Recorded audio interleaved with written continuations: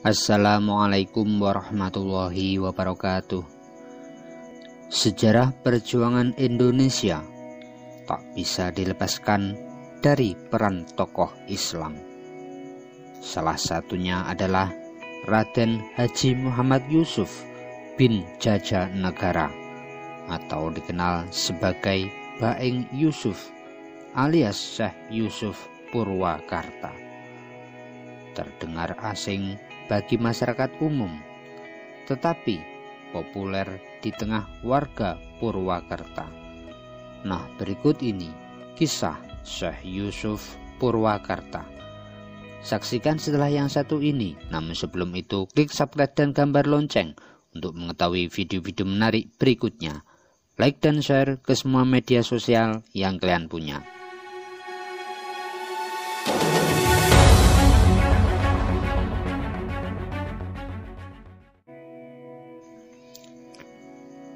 Pada beberapa buku sejarah, Syekh Baeng Yusuf diriwayatkan merupakan keturunan ke-21 dari Prabu Siliwangi.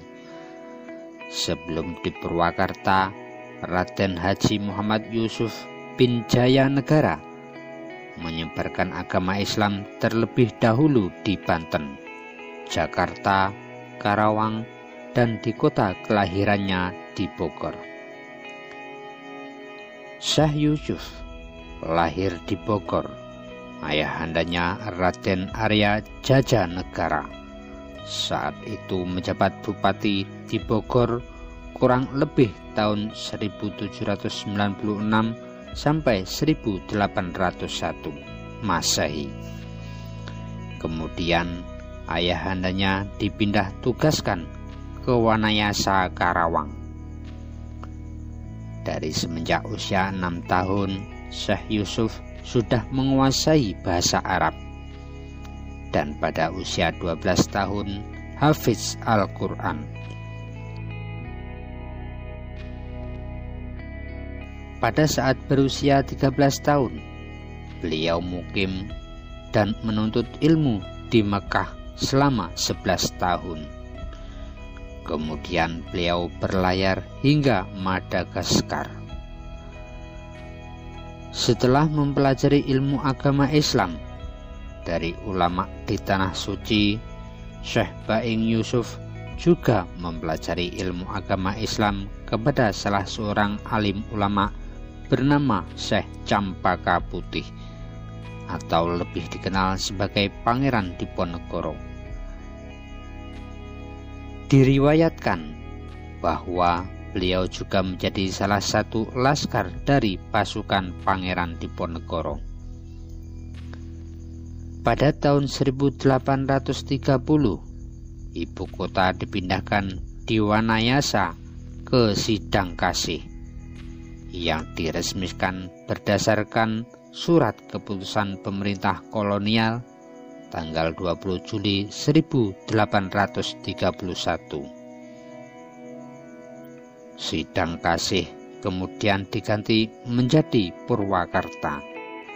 Pembangunan dimulai antara lain dengan pengurangan rawa-rawa untuk pembuatan situ Buleut, pembuatan gedung karesidenan, pendopo, masjid agung, tangsi tentara Ceplak, termasuk membuat Solokan Gede, Sawah Lega, dan situ Kamojing. Syekh Yusuf mendirikan masjid yang sekaligus menjadi pusat kajian Islam pada masa itu. Beliau memiliki banyak murid dan salah satunya adalah ulama besar Indonesia yang mendunia, yaitu Syekh Nawawi Al-Bantani.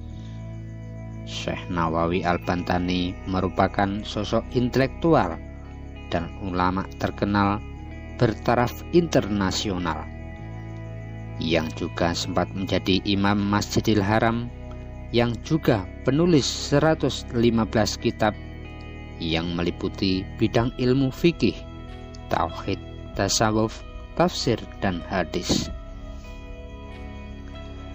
Syekh Yusuf tinggal di Purwakarta, menyebarkan agama Islam hingga wafatnya pada tahun 1854. Ada juga yang menyebutkan pada tahun 1856 dan dimakamkan tepat di belakang masjid yang saat ini dikenal dengan nama Masjid Baing Yusuf atau Masjid Agung Purwakarta. Meski menguasai bahasa Arab, dikisahkan bahwa Syekh Baing Yusuf tetap melakukan syiar di Purwakarta dengan menggunakan bahasa Sunda sebagai identitas kultural masyarakat Jawa Barat. Hal itu tidak terlepas dari kondisi masyarakat yang belum sepenuhnya memahami bahasa Latin, Arab, atau Jawa kuno. Beliau menyusun kitab fikih dan tasawuf dengan bahasa Sunda.